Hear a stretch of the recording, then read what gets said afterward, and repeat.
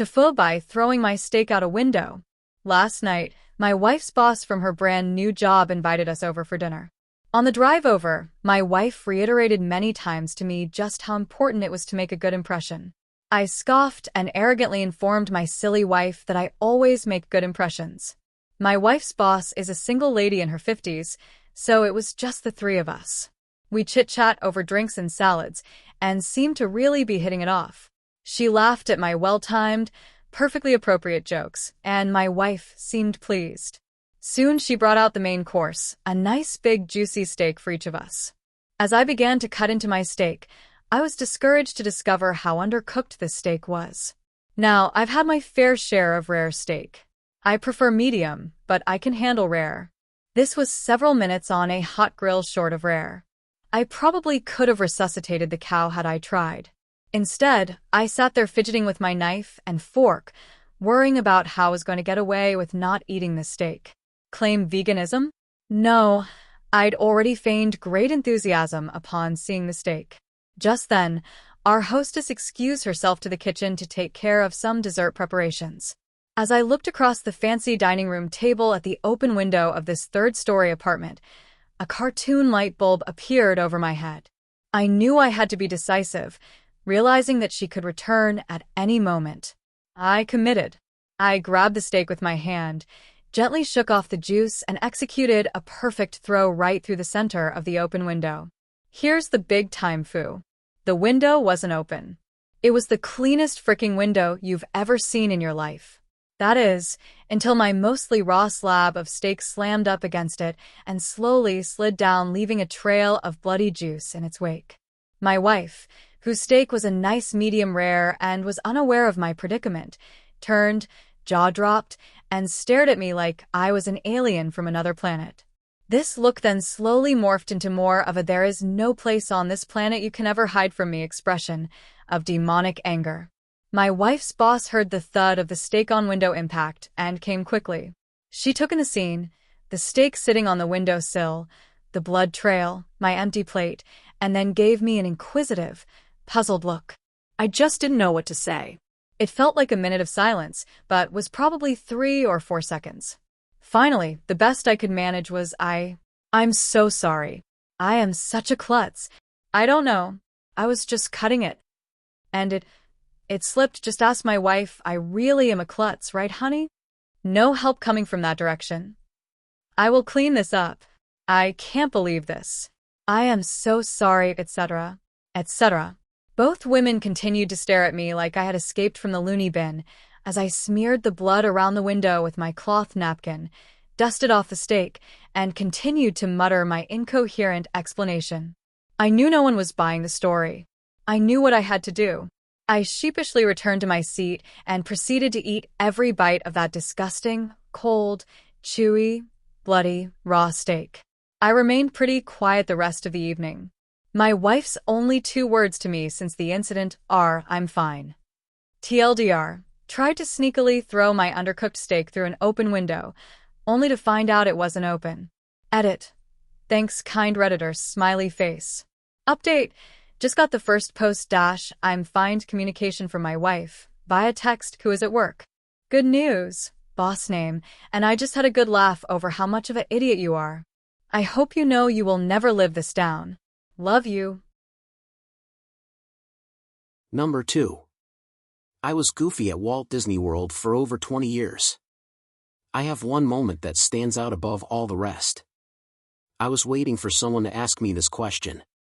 It's the reason I left a good job as a VIP tour guide and moved to the character department. I was working City Hall one day when 2 guests came in with 2 little girls. One was in a wheelchair and the other one looked like she had just seen death.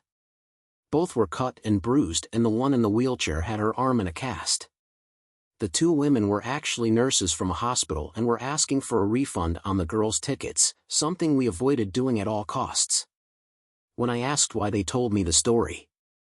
The 2 girls were with their mom and dad at Epcot, and on the way home they got into a horrible car accident. The mother was beheaded right in front of them. The father eventually died too, but the 2 girls didn't know that yet. They were from overseas and had no money and no contact information for anyone they knew. They were bringing the tickets back to get the girls some much-needed money to help get them back home. My heart absolutely sunk. If you had seen these girls, you'd know why. They were truly traumatized. I refunded their tickets and got permission to be their private tour guide for the rest of the day, which they were not expecting. I walked them to the VIP viewing area for the parade, which was as far as I could walk them in the costume we used to wear at City Hall. I had to leave them there while I put on my VIP costume. On the way down, I pulled out every kid joke I could think of. I was a really good tour guide. I helped write part of it, and I knew how to make kids smile. Nothing worked. These girls were too far gone for that. I left them at the bridge to go change, walked backstage and bawled my eyes out. I just had never seen something so horrible. I was truly affected, and it was a terrible feeling of powerlessness, not being able to fix the situation. When I came back, I brought them to get ice cream, take them on rides and stuff, but they never smiled, not once. The nurses were loving it and were trying to get them into it, but it just wasn't working. We went back to the bridge to watch the parade. It was there that I honestly saw true magic. Real magic, not bullshit. I had called the parade department to let them know what was going on and set up a private meet and greet after the parade. As the parade was coming around Liberty Square, I told the girls that I had called Mickey and told them all about them. I told them that Mickey asked to meet them after the parade. The little girl in the wheelchair smiled. "Really?" she asked. My heart skipped. "Yes, really. He told me to tell you to look out for him in the parade and to follow the float back to City Hall." The other girl smiled. "You mean right now?" she asked. It had worked. They were talking. Not laughing, but talking. It was the first time I had heard them speak. Every single parade performer came up to them on the bridge and told them to look out for Mickey. Every one of them told them that. When Mickey's float came up, Mickey, who was attached to a pole at the top of the float, managed to turn her body sideways, look down at the girls and point towards Main Street. That was all it took. The girls were excited now. They had forgotten about death. They were lost in a magical world, and I couldn't believe I was watching it unfold in front of my eyes. We followed that float all the way back to City Hall, singing Mickey Mania the whole way.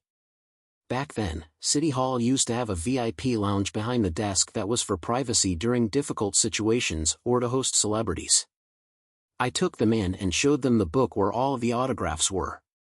They were eating it up.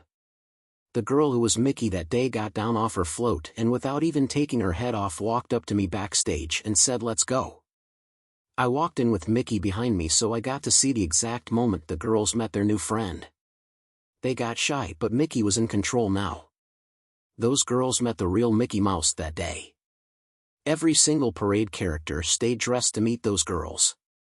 One by one they'd come in and play a bit, then leave. We were in that lounge for over an hour.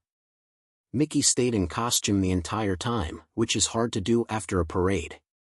When Mickey finally said goodbye, I had two excited girls on my hands that couldn't stop smiling.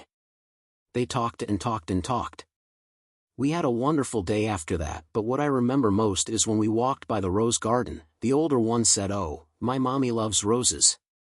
I mean..." And she stopped. I held out my hand and walked her to the gate, picked her up and put her on the other side and said, "Pick one." She looked happy as she picked out her favorite rose. She didn't say anything more, and she didn't need to. I said goodbye to the wonderful nurses and the wonderful girls, then walked backstage behind the train station. This time I didn't cry. It felt so good to be a part of that. I realized that as much as I liked helping guests at City Hall, the true magic of Disney was in the character department. I auditioned, transferred, and never looked back. Thanks for letting me relive this. It was a special day for me.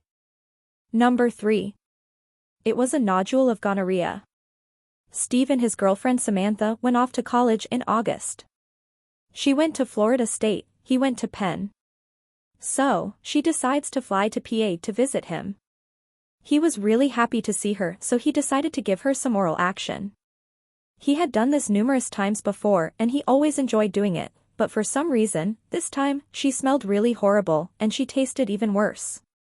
He didn't want to offend her though because he hadn't seen her in months, so he put a Jolly Rancher in his mouth to cover it up, even though it didn't do much to help. In the course of eating her out, he accidentally pushed the candy inside of her and stuck a finger in to grab it out. He took it out and put it back into his mouth and bit it. Only, it wasn't the Jolly Rancher. It was a nodule of gonorrhea.